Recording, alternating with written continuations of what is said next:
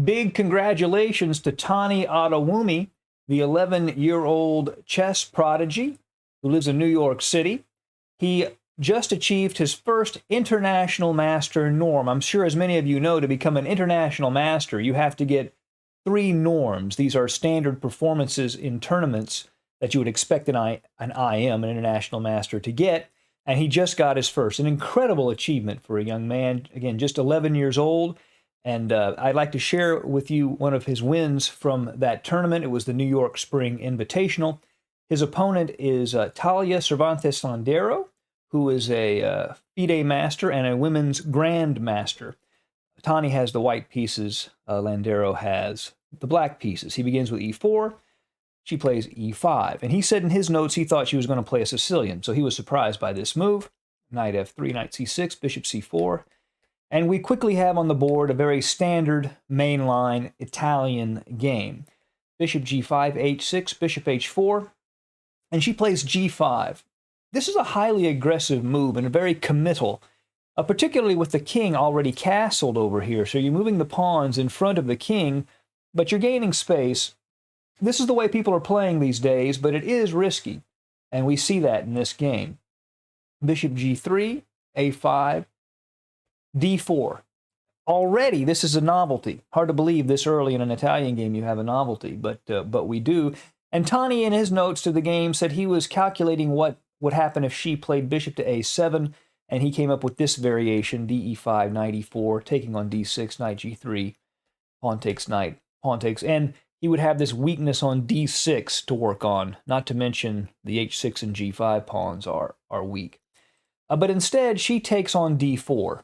And that's probably was not the best idea. Pawn takes, bishop to b6, and now white's queen knight on b1 has access to the c3 square. It couldn't get in there before, but now it has access to that square. And these pawns on h6 and g5 are looking much weaker. Tani gains space with d5. Yes, he blocks his bishop on c4, but if he can ever play the e5 pawn up, these pawns are going to become very strong. The knight goes to e7. Knight to c3. Tani says he had a very pleasant position here. It's very clear that he does. And this f5 square is quite weak and could become a problem. Bishop g4, h3, bishop h5. And he plays queen to d3, basically to step out of the pin that he was under with the h5 bishop.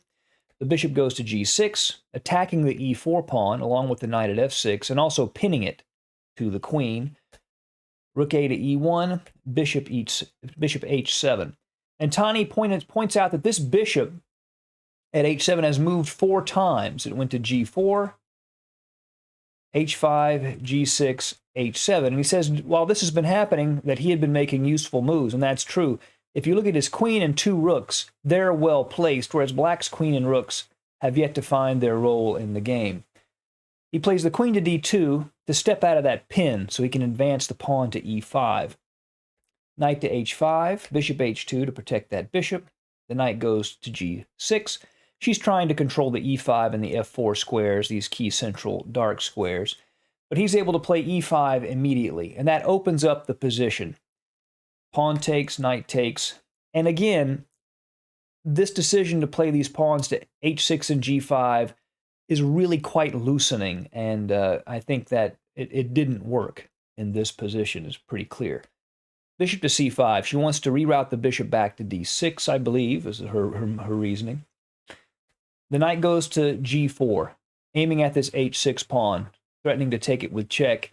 And Tani in his notes said that he sees the game as probably as borderline over at this point, and I believe that's probably true. He has an excellent position. And the main difference is obviously his pieces are more coordinated. And look at the 2 kings. Her king is much less safe than his king.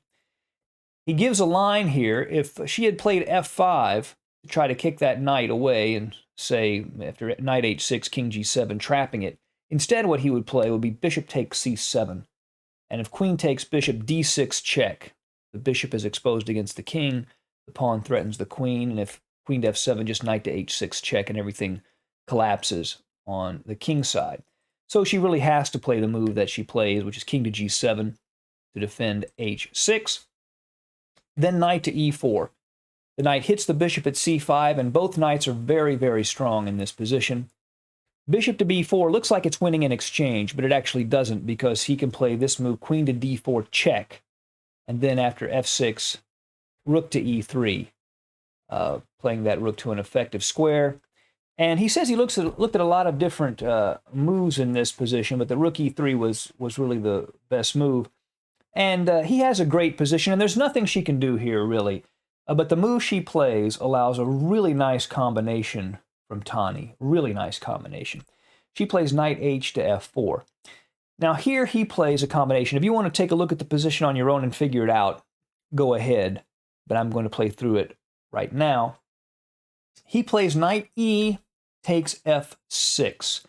And it looks like he's giving up all of his well-developed pieces for an equal material exchange. After rook takes f6, if he just takes on f6 himself, queen takes, and she's doing fine. But it is this move, after rook f6, that really seals the deal. Rook to e8, an incredibly powerful idea, and he had to see it before he took the pawn on f6. If the queen takes the rook, then she loses immediately. Queen f6 check, forcing king to g8, knight to h6 is checkmate. So the rook on e8 cannot be taken. First thing she does is sort of counterattack with c5, but he just plays queen to f6 check, and after queen takes f6, knight f6, you see this rook is threatening to take this rook, and after rook e8, knight to e8 check, and this is now a winning position for white.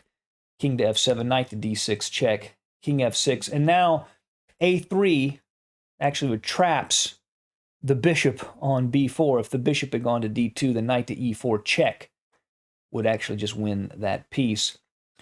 Knight to e5, but then after bishop takes f4, he was up too much material, and black resigned. A very nice, smooth win from Tani Adewumi. Congratulations, 11 years old and his first IM norm. Looking forward to a lot of great things from him. See you again soon at Chess Dog. Goodbye.